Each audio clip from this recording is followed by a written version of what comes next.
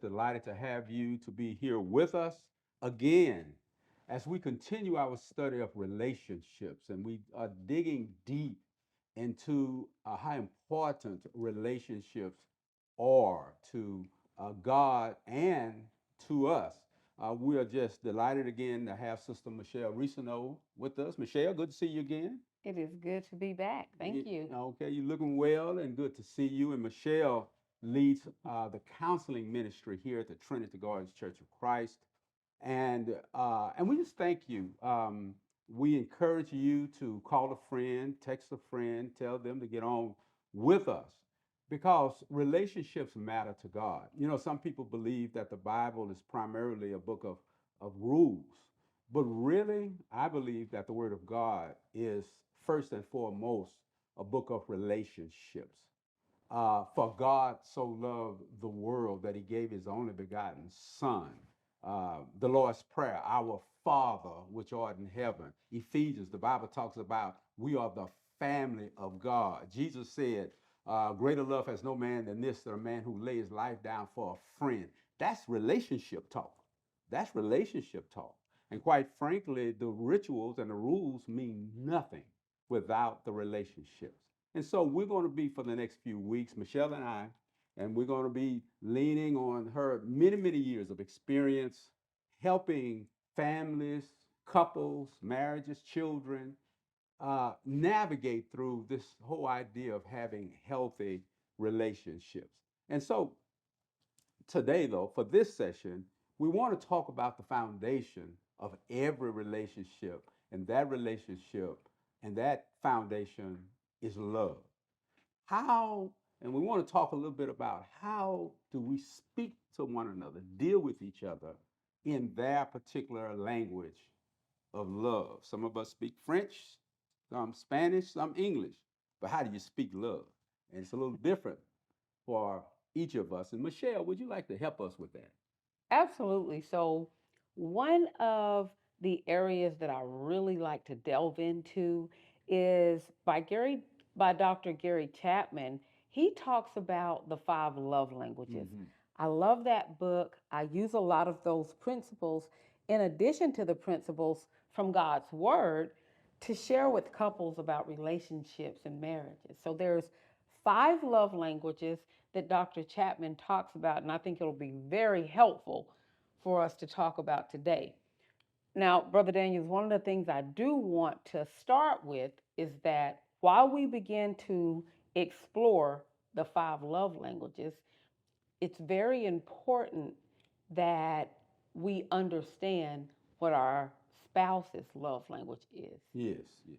Sometimes what we do is I may have a specific love language and then I start to share that with my spouse, but that may not be his love language. Right. So let's All hop right. right on into it, right? All So the first of the five love language is words of affirmation. words. Mhm.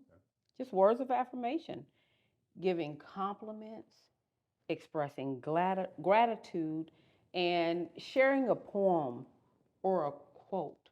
But it's really just, I appreciate you, paying attention and acknowledging the sacrifices, the gifts that we share with each other. So a man is dealing with his wife, and let's say they get ready to go out or something like that to Mhm. dinner. What is something he can do on that evening um, to express it in those words? What are some things he can say to his wife? Yes, for a woman who loves the words of affirmation, it's you look really beautiful tonight. Mm. You look really beautiful tonight. And I think that sometimes, Brother Daniels, that gets lost the longer we are married. And that's a lot of times why walls come crumbling down Mm-hmm. because we are working, we're taking care of the kids, and it's very rare for us to get a night out Yeah. to dinner. So, we put our best foot forward, right? And then you Yeah. walk out and there's crickets. Yeah. I'm a little offended. I Yeah. may not say anything, but I'm a little offended. So I'm a little quieter than usual at dinner. So sometimes we as men, we said those things when we were dating her and we were trying to get her. So you saying that we need to continue to do those things then? Well, there's a song, I don't know the artist, but Uh-huh. it says, the same thing you did to get her, you got to continue to do that to keep her. Yeah. But it's not just for women, because there are some men whose love languages words of affirmation Yeah. Okay. as well. Okay. Okay. Okay. Okay. And I think as a man that I know some things that I've talked to men before and they long to hear. You're right about that. They just long to hear sometimes the wife say, I appreciate how hard you work. Hmm. I appreciate you being a good father to these children. I admire you for how you financially made sure this family was secure. And I've talked to men who say, I just want to hear it, and I don't want to hear from the person I want to hear it from is my wife. Hmm. Those words. I hear that a lot in marital counseling. I do a lot of marital counseling, and this is one of the areas that causes a lot of conflict sometimes because I feel that my contributions to the relationship go unnoticed. And a Yeah. lot of times we get in this space where we say, well, that's what you're supposed to do as a man. Mm-hmm. I don't have to say thank you. Well, that's what you're supposed to do as a woman. I don't have to say thank you for that. But we're really quick to offer negative criticism. So we spend a lot of time talking about the things we don't like, and our relationship, our marriage becomes imbalanced. Mm-hmm. I heard once, and maybe you have this stat, Michelle, that for every one negative thing you say, there has to be, I think, 3 to 5 positive things during the day. I heard that. At least five. At least five. I share that in marriage counseling. I share that with parenting because the negative criticism, it sticks longer. Mm-hmm. And I always encourage that even when we have to have those tough conversations, Brother Daniels, that we start with something positive, Yeah. right? Mm-hmm. So that we can kind of get that soil ready to talk about the thing that is bothering us. And so, words of affirmation is great to use in that space, right? Thank you for working really hard for our family. Yes. Thank you for always stepping up and doing the best you can as a father, Yeah. Yeah. right? Yeah. I really appreciate that. Yeah. Yeah. I would really love for you to start picking up your shoes. That would make me feel so good Yeah. out of the middle of the floor. That's a way to kind of get it in there. Yeah. Absolutely, because when someone starts to talk to you and compliment you on what you are doing right, Mm-hmm. you lean in. But if I first start the conversation with, you always leaving your shoes Mm-hmm. out, the walls come up. Mm-hmm. And studies show we're not really listening. Once we're ready to defend. Oh yeah, now that's interesting. So lean in with something positive, Hmm. and then the more constructive stuff will be received better. Yeah. Absolutely. We don't have to pretend, but we definitely want to share the things that we're appreciative of. And then we move to the next love language, which is quality time. Okay. Okay. Quality time. That is missing. That is one of the number one complaints I hear in marriage counseling Yeah. is there is no quality time. And sometimes the man is saying, well, I got to work. Yeah. If I don't work, Yeah. we don't eat. Or the woman is, I work and then I'm going to school at night, Mm-hmm. right? But I remember back in the day, I used to look and say, what you had time to go pick up your brother and see your brother on the weekend, Yeah.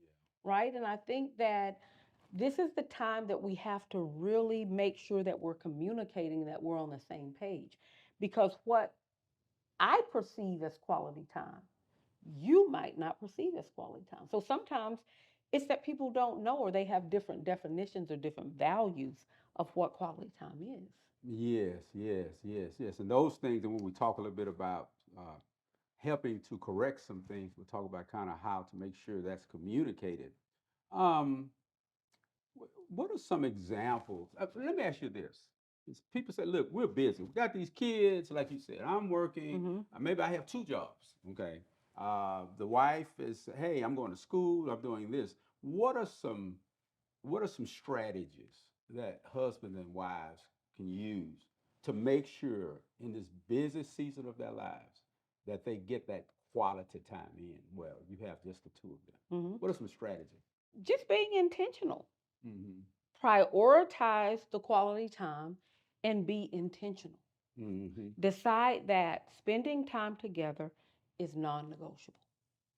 So would you schedule it like weekly? Say, okay, once a week, we're going to schedule X amount of time. Maybe weekly, Brother Daniels, maybe monthly. It Okay. has to be realistic. Because Okay. what we found is that when when couples come into marriage counseling there and the husband's like, okay, I got it now. Or the wife is like, I got it now. Mm-hmm. Okay, so we're gonna start every Friday. We're gonna go on a date. But Mm-hmm. that's not realistic Yeah. Yeah. because you're tired. And so now you're falling asleep in the movies, Mm-hmm. right? You're Mm-hmm. sitting at the dinner table and you're not attentive. And now it's just creating more problems because that expectation went up Yeah. and we can't sustain it. So, my encouragement is always to identify what you can realistically do at this season In your life. in your life. Okay, gotcha, gotcha. I like that. I love the idea of being realistic. You can't go Hmm. from 0 to 100. No, you, you have to start with something and then build on it, and it may increase, but it may be in this season. It may just need to stay at that level, and at least the relationship is being replenished, and you're speaking to that person in there. Now, something you said at the beginning, I just want to emphasize again. I'm gonna just use the man. The man may say, "I'm good. The time we're spending together," but again, he's got to communicate with her and on her language and her language. I need more time. absolutely. Maybe you don't require a lot more time, Hmm. but I do. For this relationship. That is why communication is so important. Mm-hmm. If I say, you know what, we're not spending enough time together, right? Instead of saying, well, I'm doing the best I can, I like to encourage couples to ask questions. What would you consider Mm-hmm. quality time? Yeah. Because sometimes it's just sit down and play a game of dominoes with me, Yes. or turn off the game for 15 minutes and just be intentional about talking to me, Yes. right? Yes. Yeah. Ride to the grocery store with me, Yes. right? I absolutely hate going to car lots and shopping around neighborhoods, but it's something that my husband loves to do. Yeah. I hate it Mm-hmm. when he's just come ride with me. Yeah. I don't want to do it, but those are the sacrifices that we make sometimes in life. It doesn't have to be anything big. It can be going on a walk, Yeah. one block around the neighborhood. And I like that because really what destroys relationships is not always the big thing. It looks Hmm. like the big thing is really a symptom of some of the smaller things that did not happen. If these little things Absolutely. happen right, it won't get to the big thing where some of these things are given to the person from the outside. Absolutely. Yeah. I love that you said that. It's one of the things I always hone in on when I'm doing marital counseling is that is one of the reasons that things grow so big is because when one partner says to the other, I'm not you're not spending enough time with me. Well, man, I go to work, I come home, I bring my money home, I don't cheat, Mm-hmm. I do all the big things, right? And that's great, except for, like you said, little things accumulate. Mm-hmm. So if we plug up the sink, the freeze happened in February, and we drip that water, right? And we Mm-hmm. open the drain and nothing happens as long as the water keeps passing through the drain. But if we plug it, we're at a complete stop and it's one little drip, two drip, three drips. If we allow it to go long enough, It's it going starts to to overflow. overflow. Fill it And up. now we got the floor messed Messed up. up. If it's on the top level, we got the ceiling messed up just from a little trickle. Yeah. Even the word tells us that a little leaven leavens the Leavens the whole whole lump. whole thing. Yes. Now this is really interesting. I like that drop, the drip drop thing, Uh-huh. and it started from a drop. Just Look, one drop over a period of time, if over a it's period not of time. addressed, if it's not addressed. Getting a signal, Michelle. We only have about 5 more minutes for Okay. this session, but we're gonna do part two. But I want you to go continue on though. Okay, so Okay. receiving gifts. Now, that part is Mm-hmm. pretty self explanatory. Some people enjoy gifts. Mm-hmm. It doesn't have to be a diamond ring, it doesn't have to be a fancy car. I'm a girl who likes candy, Yeah. right? And so I grew up in this small town, and there was some candy from my childhood that's just hard to find anywhere. I don't find it. We live in the Pearland area. I don't find it. My husband has grew up, was born and raised in the Fifth Ward area. He comes to some of these little side stores, and he come home. I got a surprise for you. Yeah. Those little coconut long boys, Yeah. right? You know, uh, that's a good old gift. and I like kind of what you're saying. It's not necessarily the expense of the gift. It doesn't have to be hundreds of thousands of dollars, but it's that you took the time to get what you know I would like. It's the thought behind it, and so forth. Absolutely. Hmm. And I just like to say this loud and clear to ladies and the men. When someone brings you a gift, Hmm. right?